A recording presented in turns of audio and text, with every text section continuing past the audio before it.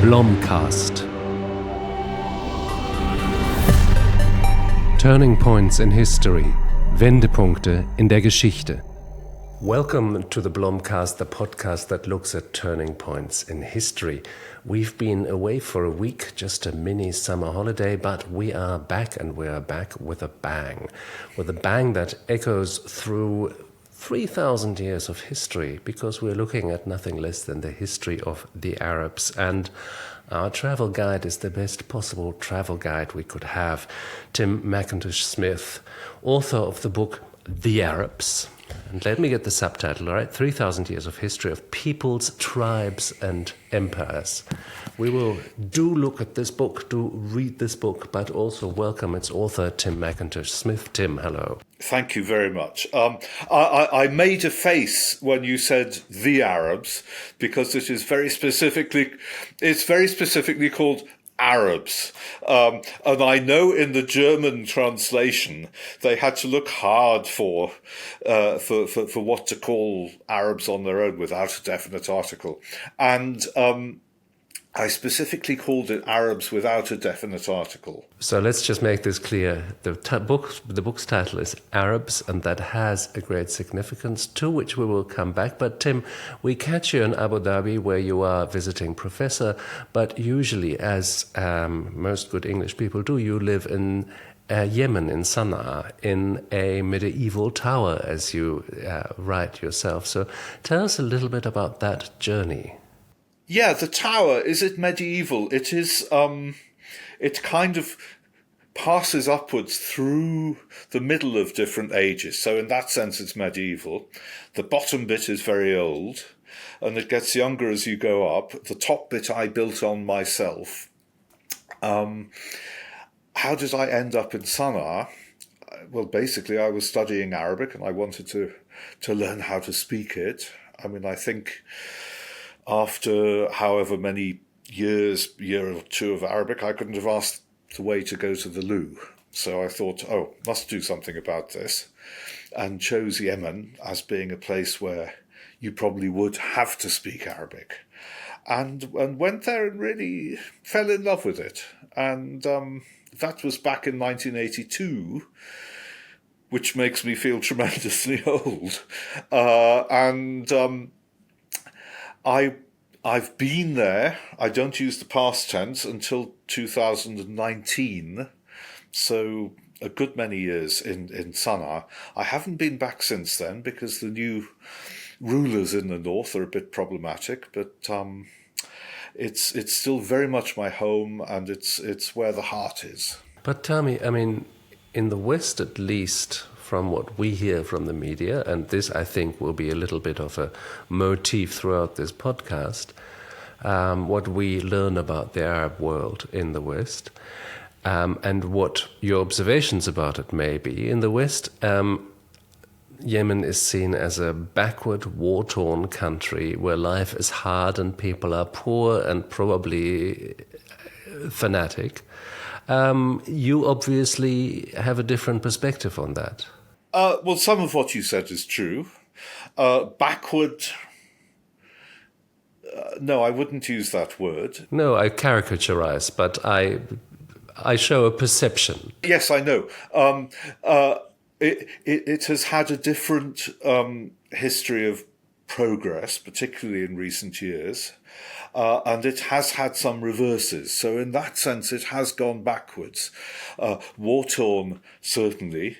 Poor, certainly. Very, very sadly.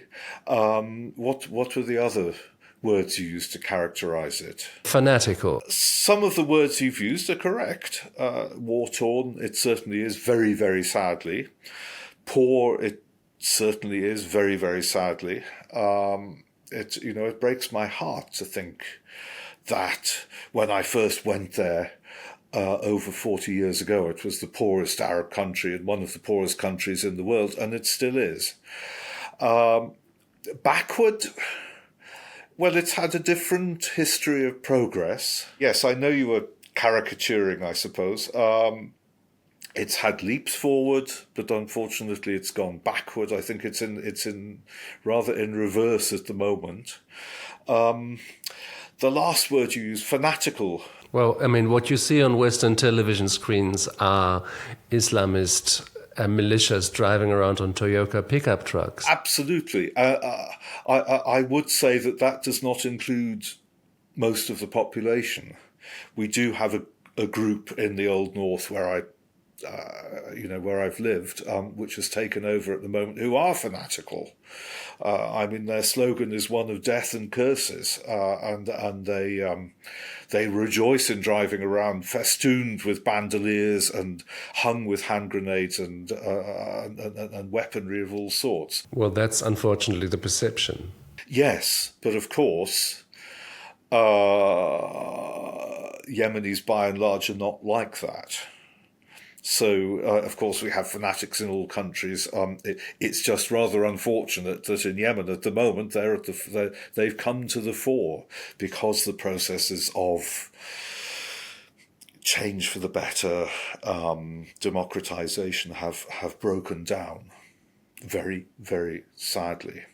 You said at the beginning that you chose to go to Yemen to learn Arabic, and that you figured that there you would probably have to speak Arabic.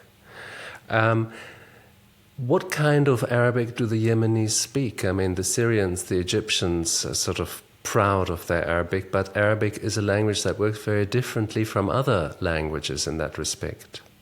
Yes. I mean, I would say that there are many Arabics, and many of them are largely mutually comprehensible.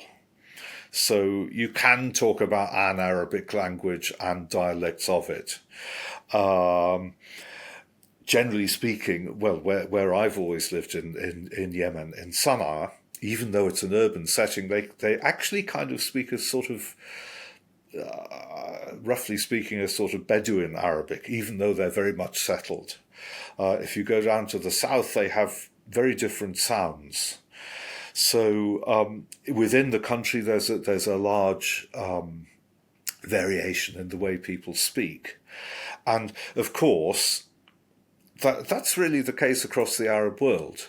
But then we have standard Arabic, written Arabic, which is one form. So what you would have learned at university would have been the standard written Arabic, which you might encounter in literature, in the news, on television, perhaps in broadsheet newspapers, but practically never on the street. Well, I remember when I first went to Sana'a, I might say walk into a tea shop and say, I'm exaggerating slightly, Ya ayyuha al-muqahwi, صب لي كأسا من الشاي. Verily, O master of the coffee shop, pour for me a goblet of tea. And, I very soon, people would kind of go... And they all laughed. Well, they wouldn't laugh. They would look at me as if I was some sort of apparition from somewhere else, which of course I was. So you were sort of addressing them in Latin or in Anglo-Saxon or something like that. Yeah, actually, Latin is quite a good. It's quite a good comparison. Going to a coffee bar in Rome or in Lisbon and talking Latin to the people there. Exactly. Yes, and I soon learned to say, Adili shaya walad, or give me tea, oh boy, or that sounds rather curt, doesn't it? But that's the kind of thing people say. But I kind of rejoice in this richness. But we mentioned this because in your book Arabs, without definite article, you make the point that it is extraordinarily important that this whole culture, if you can call it a culture, or perhaps this whole subset world of cultures, congeals around one language and its fixation in writing, and that really there is very little ethnic bond. There was for a long time very loose religious bonds, but there was the language. Yeah, I wouldn't say very little ethnic bond.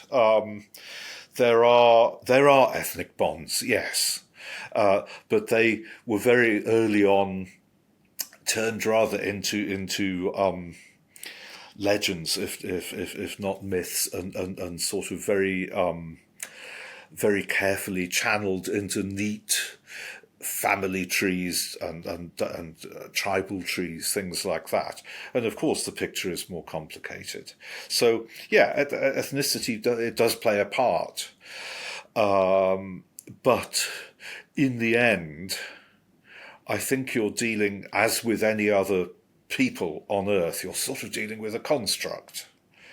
Communities, as Benedict Anderson famously called his book, imagined communities. Imagined communities, yes. Yeah, communities are imagined, they're constructed. And there's some evidence to say that the original meaning of Arab did mean rather a mixture of people.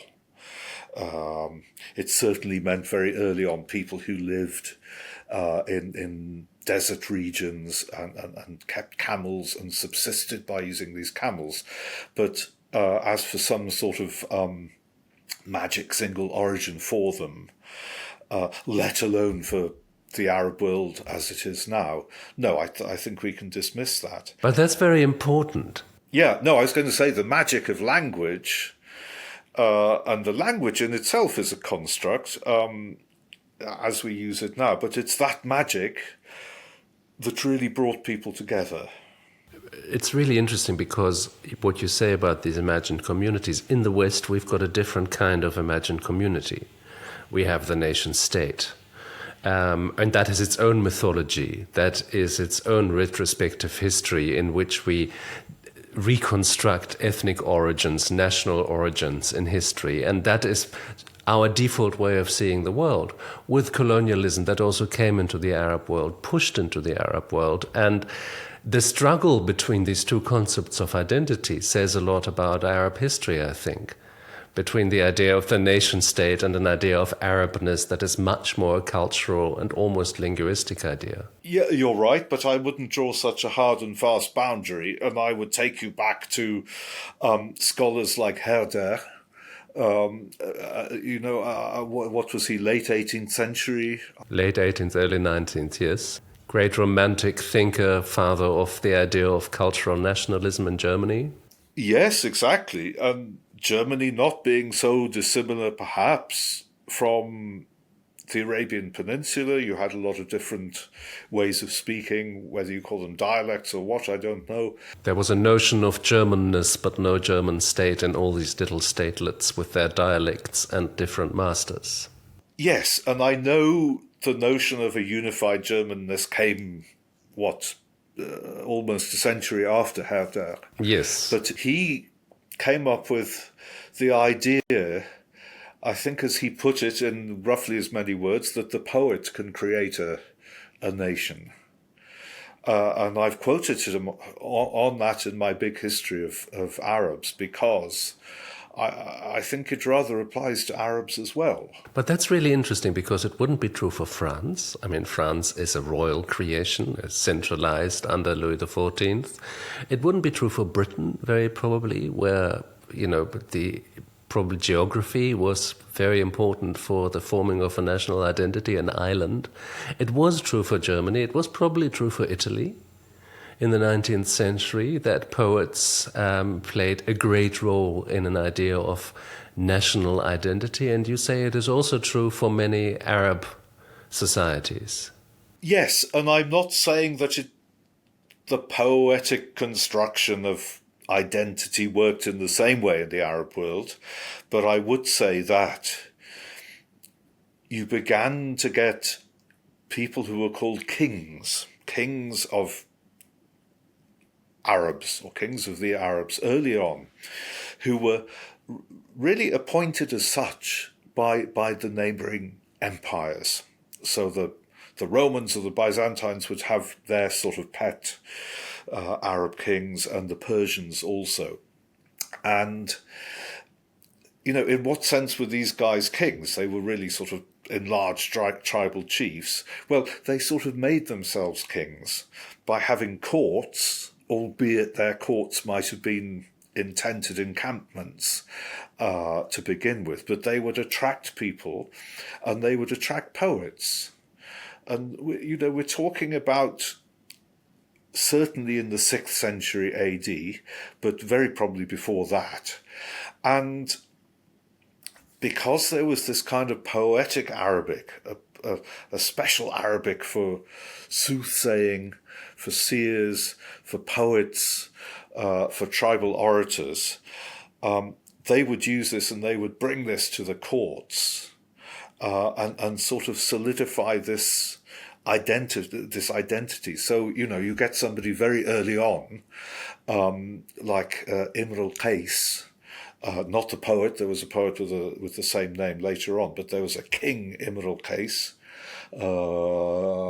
I'm a historian who's bad on dates. Was he early 5th century?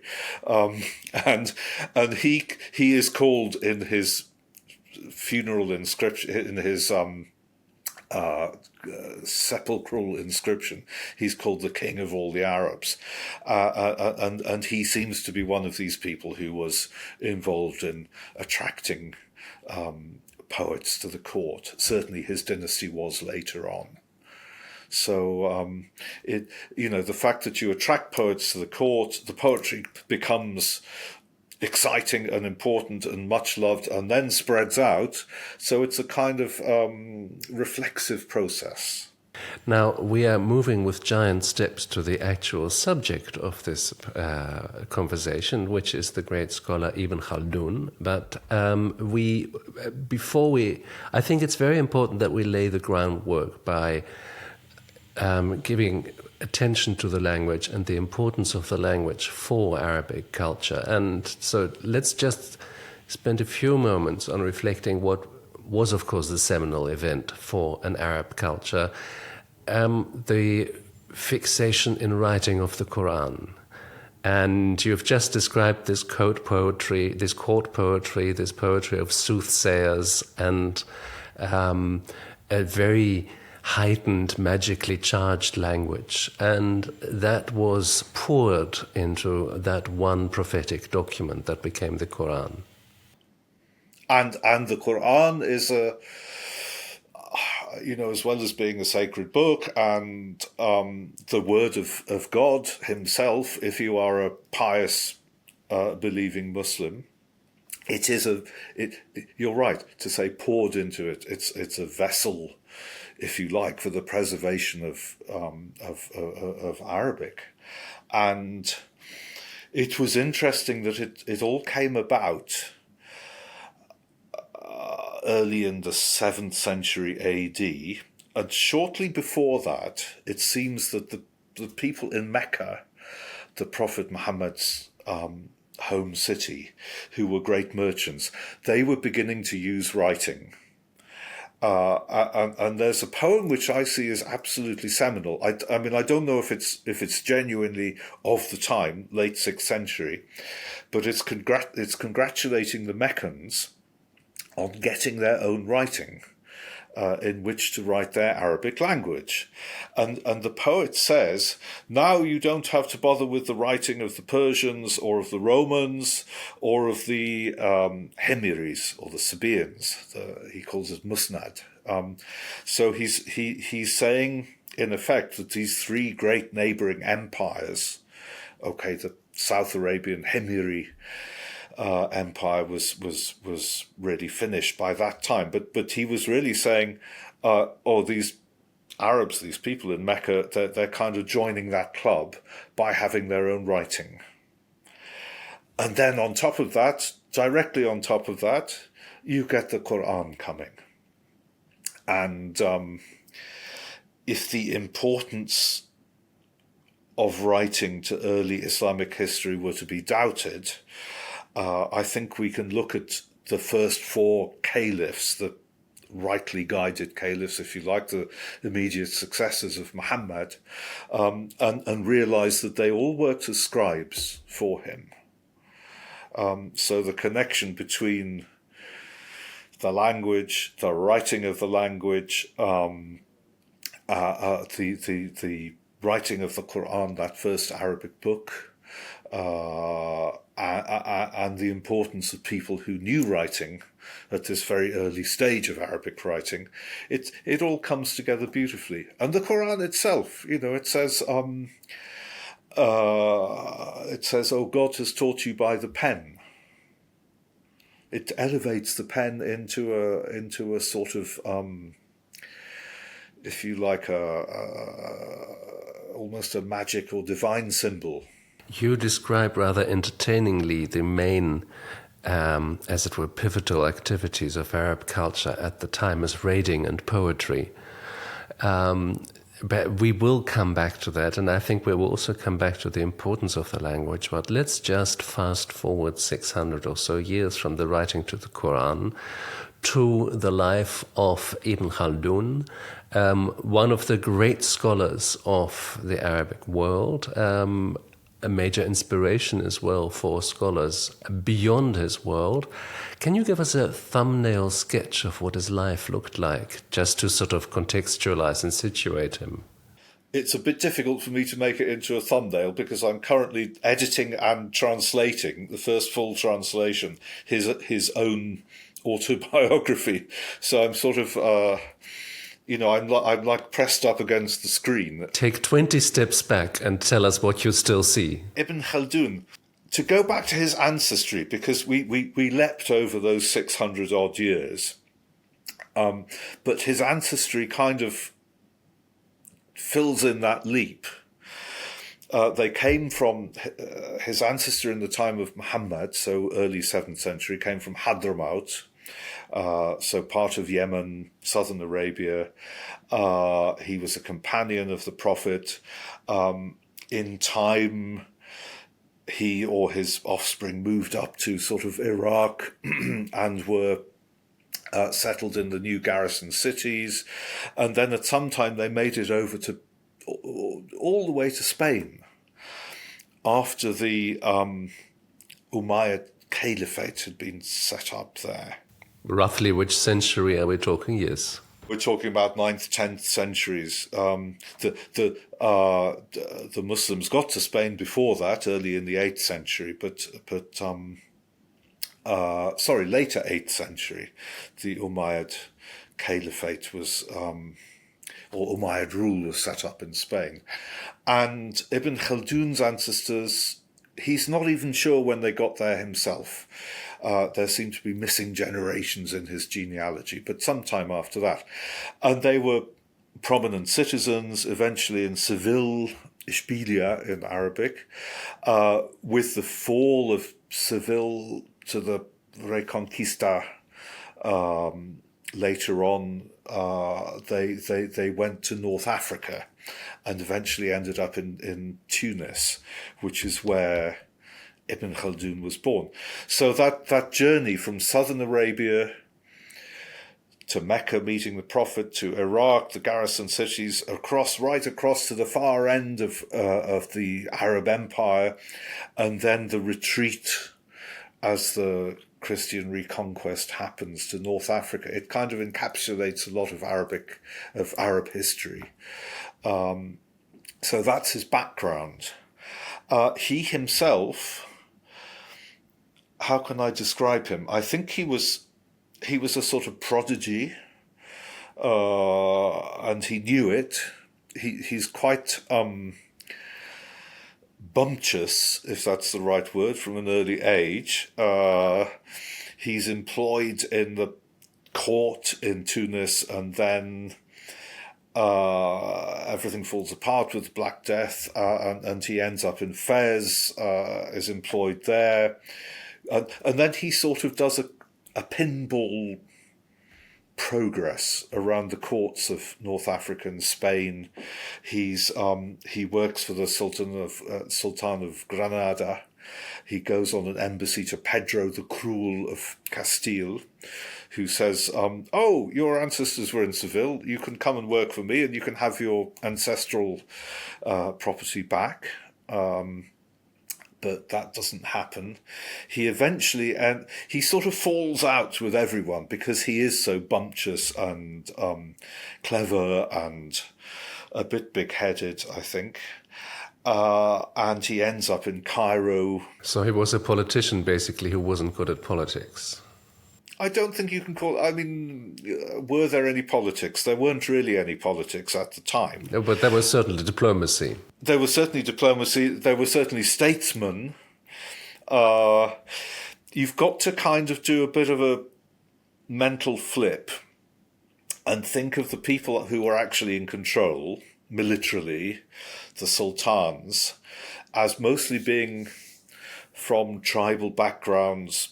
North Africa, they were all, at the time, they were all from Amazigh, Berber backgrounds. And always over them hung this question of legitimacy. And one way they got legitimacy was by attracting scholars like Ibn Khaldun to their courts. So he wasn't really a politician, but he was a prop for various sultans. And to cut the very long story short, he ended up in Egypt and got on very well with the Mamluk Sultan there, and got appointed Chief Justice, at least of the Maliki form of jurisprudence. And he got dismissed, and he was appointed and dismissed no fewer than 6 times. Because he fell out with everyone. And during the course of this, he got to meet Tamerlane, Timur, the great Turco-Mongol, Mongolo-Turkic, I don't know what you really call him, world conqueror, who he met while he was besieging and sacking Damascus. So he had this amazingly fascinating career. But, and this is the important point, he kept getting fed up with it and taking himself off. So sometimes he'd sort of go into retreat at a place called the Shrine of Abu Medyan. It's still there in Algeria. But at one point he took himself off for 4 whole years and sort of holed up in this castle in the mountains of Algeria, where he wrote his famous work. This famous work we will come back to, but you just mentioned 2 things that I just want to highlight, perhaps also for orientation. You said everything fell apart with the Black Death. Now this puts us in the middle of the 14th century, 1350 to be precise. Europe loses 1/3 of its population. Some areas lose half of their population. In Europe, there's an interesting controversy by historians about the effect of this catastrophe. I still learned at university that this was basically the end of the Middle Ages, and that because, for instance, the value of individual individual labor became so much greater because there were so many fewer people. This was the beginning of a middle class. Now I think a newer analysis says actually there was relatively little change, remarkably little change in European societies through the Black Death. We got the danse macabre as an artistic motif, but basically the caesura wasn't that great. How big was that caesura in the Arab world? I think it's more like the revisionist view of what happened in Europe, in that there wasn't actually as much change as you might expect. But there was a lot of death as well. Oh yeah, I mean the deaths were, from what we know, they were equal to the deaths in Europe, in the Middle East and North Africa. Yeah, 1/3 to 1/2. All you have to do is look at the figures in someone like Ibn Battuta, who talks about, memory. Was it over 1,000... the funeral prayers held for over 1,000 people a day at one point in Alexandria, and if you look at the population of Alexandria at the time, it was something comparable to what happened in Europe. I would say, of course, that in Europe you started off with a system that was very different, where you had serfdom and I think in the traditional view, it's that was changed. Only, of course, it didn't really, but or not so much. This is the revisionist view, yeah. But there wasn't, of course, that social system in the Middle East and North Africa at the time. So there wasn't that to be changed. There's a kind of different attitude towards the plague, I think, in the Islamic world, in that, I haven't really thought about this before, but I think in Christendom, you tend to think of it as a punishment from God, and you might review your life and say, well, what can I do to make this better? To make my relationship with God better. But in Islam, plague is more something that you sort of you put up with. But you don't philosophize. It's a fantastic thing, because I did a little bit of work while I wrote a book about the Little Ice Age in Europe and the cultural effects of the Little Ice Age. And you can very clearly see that the first reactions to unseasonal cold, to harsh winters, to failing harvests are religious responses. They make processions, they burn witches, they carry relics around. But, after 200 years or so, they become different. They become more pragmatic responses. But so, this very Christian way of seeing things as a divine punishment. But if we are now looking at the 14th century, here's one turning point that Ibn Khaldun also describes or participates in as an observer. And you say Tamerlane was sacking Damascus, one of the most important cities of Islam at that time. This is a time of downturn for the Islamic world, and it is a very unuseful for Western eyes. I mean, Western societies are basically reckoned to begin their brilliant career around this time. For Islam, this is a very different period. It's interesting talking about turning points, and I know that is your interest. What can I say? I think Ibn Khaldun has a lovely little section where he talks about a pendulum. He doesn't call it a pendulum, but he talks about a sort of pendulum swing of history. He was very much into cyclical history, how dynasties arise and fall. Did he know his Plato, or was that independent of Plato? Plato's idea of the succession of forms of rule from democracy to tyrannus and back again. I'm not sure that I can't answer you on that. I'm sure people have written about it. There is a huge bibliography on Ibn Khaldun, which I'm not completely au fait with. I'm more au fait with Ibn Khaldun the man. I wouldn't put it past him to have known that. I mean, certainly his things like his circle of his cycle of goodness. The state is a wall that defends its people. The wall is built from justice. Justice is administered by the ruler, etc. And it comes around in a circle. I think that goes back to Plato and to various other sages. It wasn't an unusual idea of the time, but Ibn Khaldun makes a fascinating point.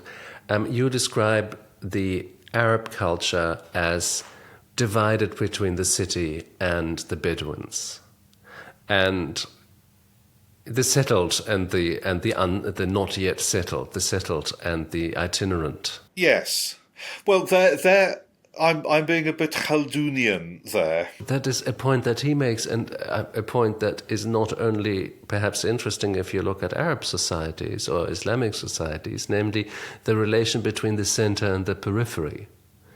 And that the center is built up and strengthens itself basically until it becomes unviable and gets taken over by the periphery. Yeah, and it keeps on imploding and imploding and imploding and... Can you describe that process? Because it's really fascinating how Ibn Khaldun describes that. Yeah, and then I want to come back to the pendulum. So don't let me forget about the pendulum. Oh, sorry. Yes, we will get back to the pendulum. But let's talk about the escape wheel, if that's in horology. I don't know if it's the correct metaphor, but anyway, one of those things that goes round. And yeah, basically, and it's his very, very famous theory of the cyclicality of history.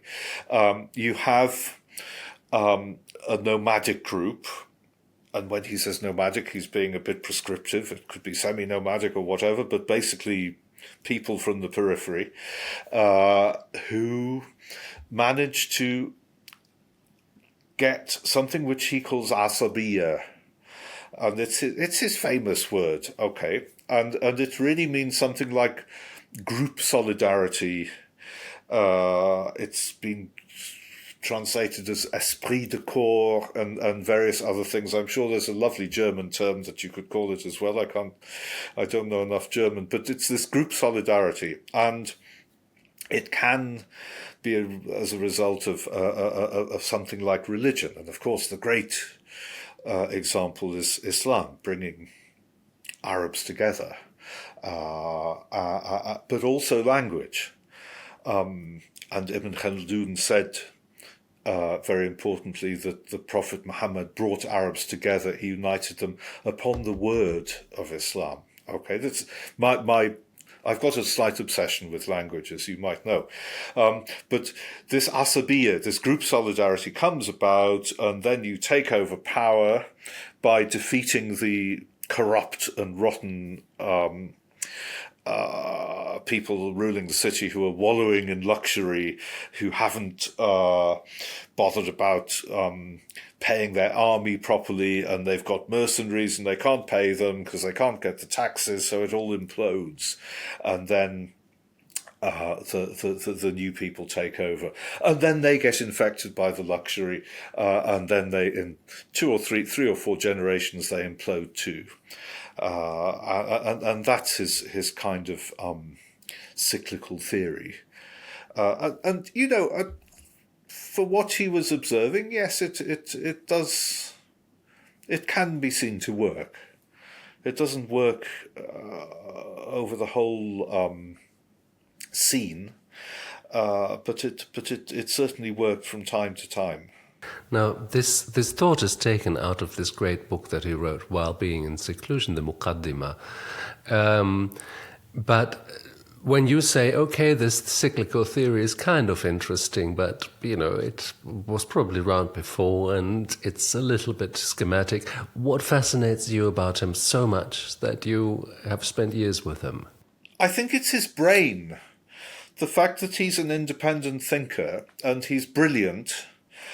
He's seen by some to be kind of ahead of his time, and the father of sociology and the father of one of the founders of economic history, etc. And there's a certain amount of truth in that. He was very much of his time in some ways, but he was an independent thinker. And I think the reason he became one was this, number one, being up against all these sultans and problems and knowing the court, also being sent out as a tax collector among the tribes, whether they were Amazigh or Arab in North Africa. So he saw the centre, he saw the periphery, he got to know both very well. And when everything went wrong, as it did, inevitably, invariably with him, he would take himself off, as I said, and he took himself off to this place in Algeria called Qalat ibn Salama, which was really isolated, and he lived in a sort of fortress for 4 years, and he complains at the end of it about having no books. And he said, "Oh, you know, I had to go to the city, so I went to Tunis to look at the sources there." But it was the fact that he didn't have the books, I think, and that it was just him and his obviously brilliant brain for 4 years, having been a kind of fly on the wall of so much of what was happening in the world of states and their collapse, and then going away and pondering it for 4 years without feeling, oh, I've got to look up, I've got to look up in this book and that book, and I've got to quote X, Y, and Z. That was the originality. And he says, there was such he uses this strange word, sha'abib. He says something like there was such an flux, an outpouring of thought upon words, and words upon thought, or words to that effect, and it was all churned up together like butter. And in the end, the butter, the cream was churned into butter, and it turned into this book. And he knew that he was onto something new. He said, nobody else has been led to the conclusions that I've been led to. So yes, he was an original thinker. So what were those conclusions? The Muqaddimah was supposed to be the preface to a world history, which he also wrote, but which is less read today, perhaps, than the introduction. But what were his original conclusions? It's really the opposite of a conclusion. It's more a hypothesis that you have to start by looking at human society before you can talk about human history. And you have to understand the processes through which societies go, and everything that underpins them, and how cities work, how people live together, how they get on economically, socially. You've got to understand this before you can look at history. So really, it's why it's called a muqaddimah, as you say. It's an introduction to history. It's sometimes called the prolegomena. But it is an empirical interest, basically. You have to look at how people really live, and have to understand how their societies live, and then you can talk about this society. Not you have to look at a holy book and see how it should be, and then perhaps you can see what people are not doing, or yeah, absolutely. Which is what people did in the Renaissance or the Enlightenment in Europe, namely to say, let's look at the world from the world and not from the Bible. And this is why Ibn Khaldun seems so kind of modern. He was describing, he wasn't prescribing.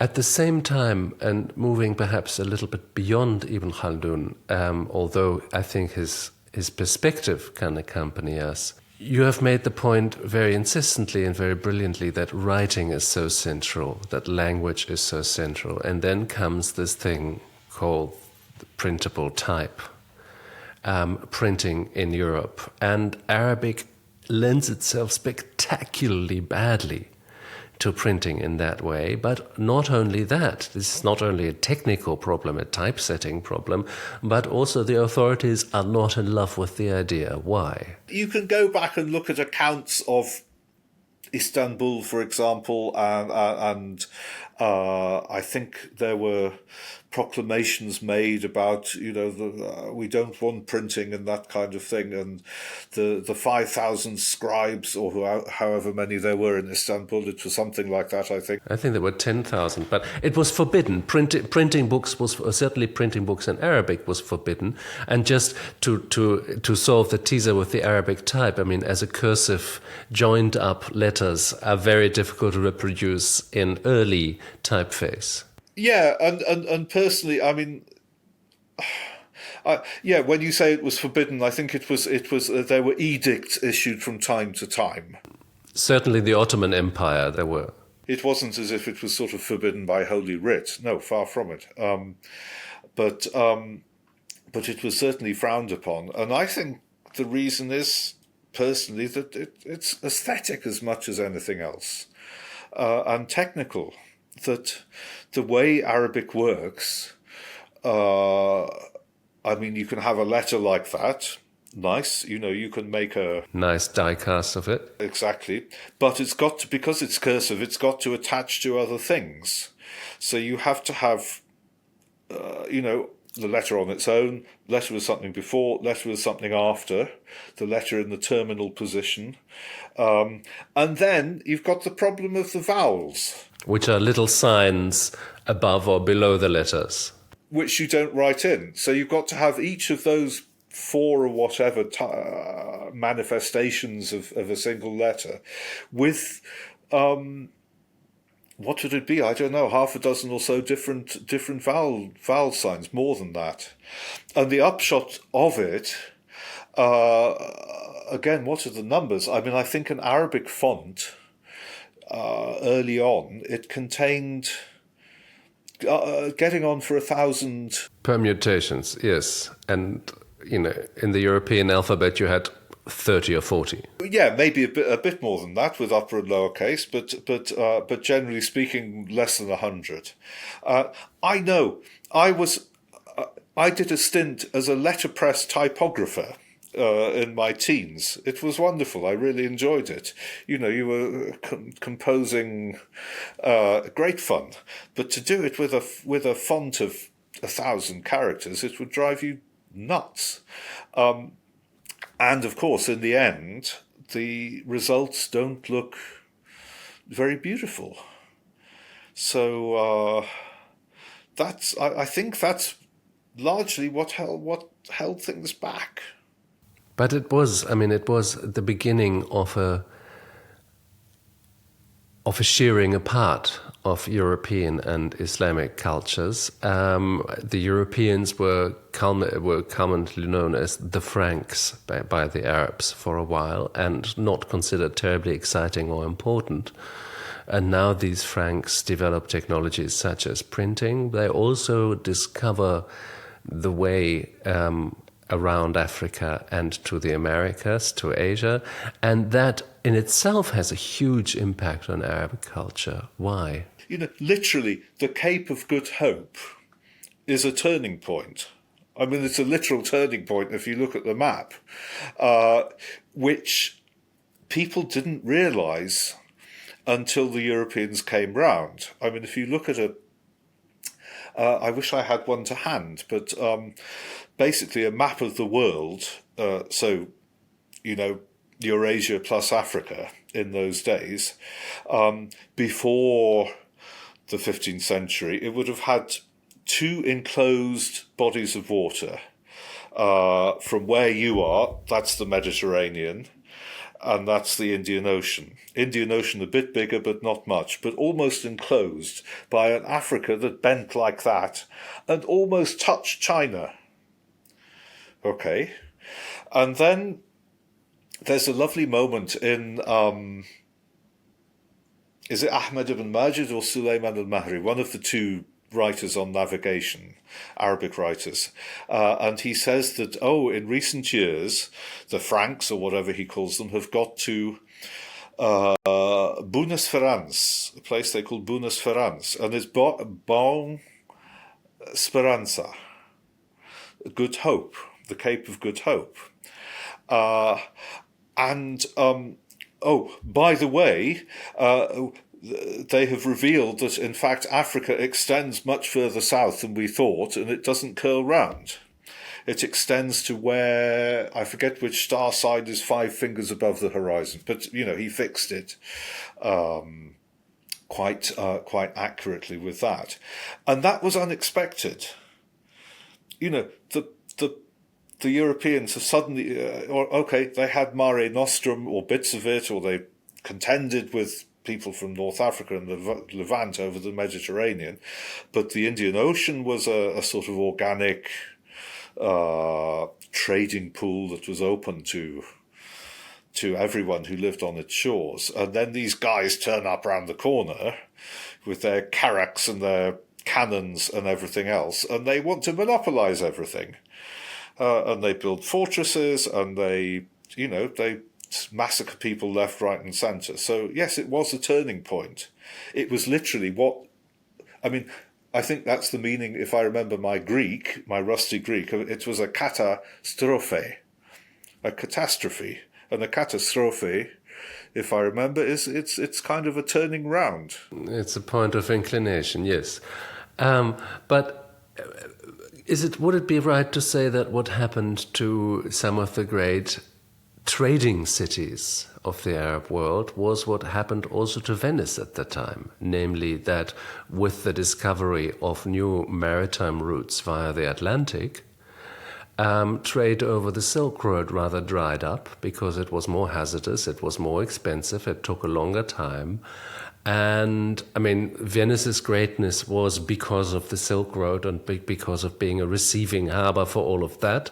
And now the stuff came in, I don't know, to Amsterdam and to London.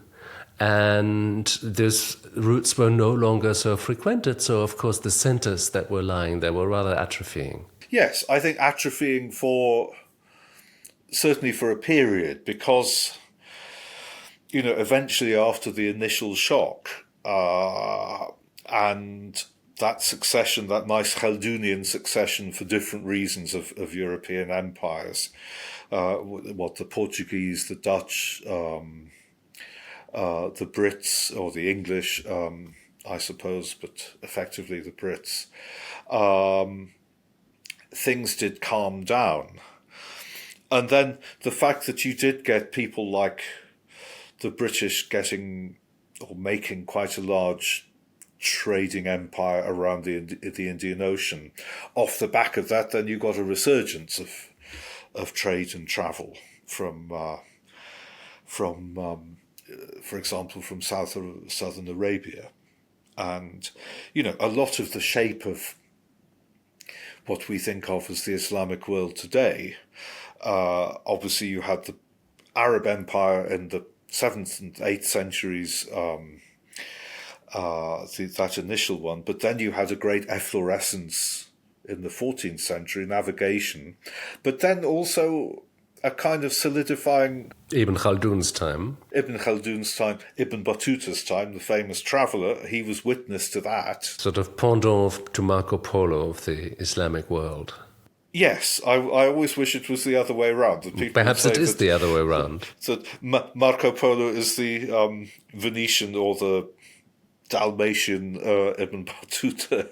Perhaps they will one day. I've done my best in publicising Ibn Battuta, but there was, from the 17th to the 18th centuries and onwards, there was again a sort of resurgence in at least cultural spread of Islam and trade. So that you began to get big trading houses like in Singapore and places in the 19th century, who were Arabs from southern Arabia. So it wasn't that everything came to a grinding halt as far as the old ports went, but there were certainly changes, huge changes. We began with the idea of being Arab and what it might have meant, with the importance of language. If you look through Ibn Battuta's lens today at the Arab world today, what does it still mean to be an Arab? What does Arab culture still mean today? And what has, for instance, technology done to it or with it? Ibn Battuta or Ibn Khaldun? I'm sorry, Khaldun, yes. Well, it could be either. They're very different kinds of observers, but they were both observers. What does it mean to be Arab today? I think there is this lasting feeling of spiritual, emotional attachment to being Arab, which is kind of predicated on the language, and of course, for Muslims, on the fact that the Quran is this vessel, as I called it, of preservation. What it means in practical terms is a bit more difficult to say. If you look at, say, the Gulf, where I am at the moment, I'm a bit worried about the future of Arabic here. Why? Well,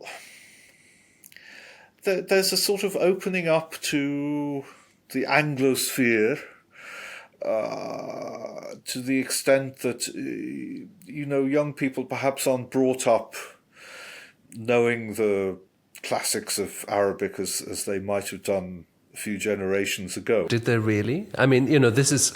Let me just push back and say this sounds a little bit like the cultural nostalgia that we have in Europe. I mean, kids don't read the classics anymore. Kids don't read books anymore. Kids get all their language from television. Now, you said in your book very beautifully that the complexity of Arabic is such that every word, linguists say, every word can mean what it means, its exact opposite, and a camel. A camel, yes. It's not strictly true. No, but it is rich in ambiguity. Yeah, I can give you one example. Rash, it means to eat a lot, to eat little, and for some reason a rash as a noun is also a camel hairy behind the ears. So, but yeah, okay, no, you found me out. I'm an old softie for Arabic. I am a cultural sufferer from cultural nostalgia. No, it may also be true. It may be nostalgic, but also not wrong. Well, ask me when I've been teaching. I haven't started to. I'm teaching masterpieces of Arabic literature in the coming semester. Did you teach that 30 years ago as well? No, but I kind of studied it 40-something years ago. And no, all right. Let's be honest. Standard Arabic, classical Arabic, whatever you want to call it, Quranic Arabic has always been up on a pedestal, and not many people get up to the pedestal. They will be deeply, deeply affected by it. I'll give you an example.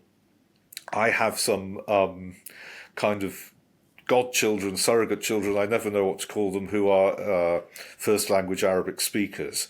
And sometimes if I'm translating a poem and I get stuck on a verse, I'll try it on them. And they say, oh, it's beautiful. And I say, yes, but what does it mean? I've got to translate the darn thing. And they say, it's really beautiful. So, there's this emotional attachment. Arabic has always been, as I say, on a pedestal, but it's almost like sort of being patriotic.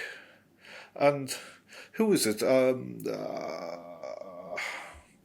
Al-Marzouki, Mohammed Munsif al-Marzouki, who was the first president of Tunisia after the Arab Spring Revolution, and who is a writer on Arabic and culture. He said, we Arabs don't live in a land, we live in a language, which is, it's got a lot of truth to it. So, this still strong emotional attachment. Political unity, it's off with the fairies, but cultural unity, emotional unity, in practice, well, this is why it's so important to keep up cultural institutions and to carry on teaching the classics. It's so important for people to read the Quran and really try and understand it. You are thinking that's getting lost in the Arab world as well? No, not the Quran, but to kind of really think about the words and to read the tafasir, the exegeses. You can't do better than that. And all these old Arabic writers that I'm in love with, they all started off with the Quran and pre-Islamic poetry. But I mean, that is very much, again, like European history, where all the poets basically came out of religious schools, out of monastery schools. The Jewish boys who went in part became of that culture, such as Spinoza, had been at the yeshiva, at the Torah school. The Arabic poets had been to the madrasa, and they had also received a religious education. Surely, when that is replaced with a secular education, that changes the language and therefore also the identity. That's the great danger. Is that a danger? Oh. I'd have to ask Ibn Khaldun about that. I'd have to resurrect him. Well, all right, not danger, risk then, because maybe it's taking us to another turning point. I tend to look back. That's why I say danger. I just think. You can't see it. It's behind my camera, but on the shelf on the other side of my room, I've got volumes and volumes which are produced by the Library of Arabic Literature, of which I'm a fellow and also a jobbing editor and translator, and this great heritage. I just want it to be a living heritage. And the heritage is tied up with identity. It's tied up with being Arab. I mean, this is such an interesting question and such a very important question, because it's not just true for Arab identities. It is true for all sorts of, shall we say, traditional or identities that have a little bit of a longer tail, shall we say, throughout history. And that tale may first of all be a very ambivalent thing from our perspective, from our moral perspective today. But ambivalent or not, it's still there and it still means something to people. It is still something that people base their identities on. And you have the feeling that with modern technologies, such as, first of all, satellite television and then social media, language changes. The knowledge of and attitude to this older identity shifts as well. That's happening in European societies very strongly. It's also very interesting to see how differently these influences can go when people of a critical bent talk about social media in the West. They usually talk about how it destroys, how destructive it is to democratic processes, to how it changes ideas of selfhood, how it makes different people very, very important. Now, if we think of something that has the word Arab in its name, namely the Arab Spring, social media were also a very emancipatory thing, because the whole organization of these protests could not have happened without them. And since then, dictators have used to control these things in their countries. But I just, for the end of our conversation, I want to touch upon this, namely, the Arab Spring was a projection also of a different kind of Arab identities by a younger generation for their future. And probably you have to say that it's been largely stomped upon. It's had some successes, for instance, in Tunisia. It ended up in murderous catastrophes in Syria and in Libya. But really, it did not bring about the kind of democratic revival that the protesters demanded anywhere. So what about this younger, new, projected way of being Arab, of an Arab identity? In my book that we've talked about, Arabs, I've talked about recent ages being an age of hope, and I'm thinking about the time of Jamal Abdel Nasser, the great, the ruler of Egypt from the 50s until 1970, and to some extent, thinking about social media and technology. That he rode on the back of the transistor radio. This is quite well known.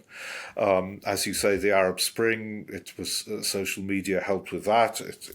2011, smartphones were coming about then, weren't they?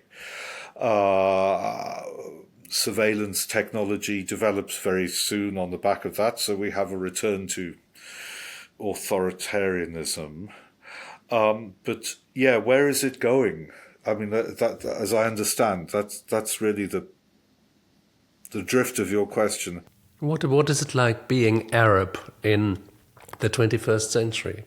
It's like being, again, the metaphor I used earlier. I think it's being like, for me, it's like, not that I'm Arab, but it's like being pressed up against the screen and not really knowing what's going on. I think everything seems to be in suspense. I do have to ask this question, Tim. I expect being Arab, not only being Muslim but also being Arab, is very strongly influenced by what's happening in Gaza at the moment. There, an Arab population is being starved by the IDF. There are serious allegations that people are shot when they're looking for food, when they're trying to get some food. There are war crimes happening there. And not to forget the 58,000 dead. Not to forget the 58,000 dead. And up to now, that we know about. And I must say, people who know me on this podcast, I don't think I have to totemically also condemn the 7th of October attacks. Of course, they were an atrocity, but we are now talking with and about an Arab perception of what's happening in Gaza today and what that means for an Arab identity. You spend your time in Arab countries and speak to Arabic-speaking, usually, I suppose, Muslim friends. Now, what is the impact of that? Well, it's difficult to say, or it varies from place to place. If I was in Yemen at the moment, the Houthis have made their mind up on the matter. Yes, but Yemenis have always been very pro-Palestinian, and as I would say, most Arabs in the street have. But if you look at the sort of movers and shakers, where I am now, there isn't really very much discussion. And indeed, that's to put it mildly. Discussion is rather frowned upon. Or suppressed. Yes. So, I can't really, I don't really know what's going on in people's minds here. I mean, I think to an extent, if you don't talk about something, you do forget it, but you can't help seeing the pictures. There's certainly no doubt that in the street, the Arab street in Yemen, there's huge support and a huge feeling of solidarity. What's happening in Egypt, for example? I don't know. I mean, I don't doubt that most Egyptians in their hearts are absolutely 100% with the oppressed people of Gaza and the West Bank and occupied East Jerusalem, but we don't really hear very much about it. It's difficult to say. This is why. This is where I take refuge in being a historian and say, it's not in the past yet. That is very lily-livered. It's very it's pathetic to say that, but I don't know. I can't predict. To put it in this way, in a world where the norms of humanity and international law appear to be totally in suspense, I really can't tell where things are going. Well, thank you for that very honest answer. And perhaps we'll have an opportunity to talk about where things are going at some future date. I'd also love to provoke your love of the Arabic language and of the language of the Quran by perhaps doing a whole conversation about that and about language, because I do think that language is so important because, again, a long controversy, but I must say I do come very firmly down on one side. Language does form our thinking and our view of the world. It forms it very profoundly. What we have words for is something that we can perceive earlier, see more quickly, also even neurologically, but also, of course, think about more easily. I've come to think of language a little bit as a sort of, these farm sets that kids get to play with different kinds of animals. And if you think, you've got you've got a word for each animal, and but what do you do when you encounter animals that you don't have words for? You find words that there's no animal for. Then things get really confusing, and that's when translation becomes interesting. Yes. Just out of interest, next semester I'm teaching masterpieces of Arabic literature. I'm also teaching a course called Once Upon a Time, Fairy Stories, Folk Tales and the Human Imagination. I think that's the full title. And I kind of thought, I'm really an Arabist, I'm a historian, why am I teaching this? And thinking about it, I realized, it's words, it's stories that actually make us human. It's the fact that we have these vocal bits and pieces in our mouths and in our throats that can make words and which connect with our brains, and that we can tell narratives. We tell the narratives, but the narratives shape us. So, not just language in the sense of words, but language in the sense of narrative is what drives so much of being human. Tim McIntosh-Smith, thank you very much for talking not about what makes us human, but what makes Arab people Arab, and has done so over the last many hundred years, and maybe doing so in the future, and perhaps we'll have the opportunity to talk about that again. Thank you for being my guest on the BlomCast.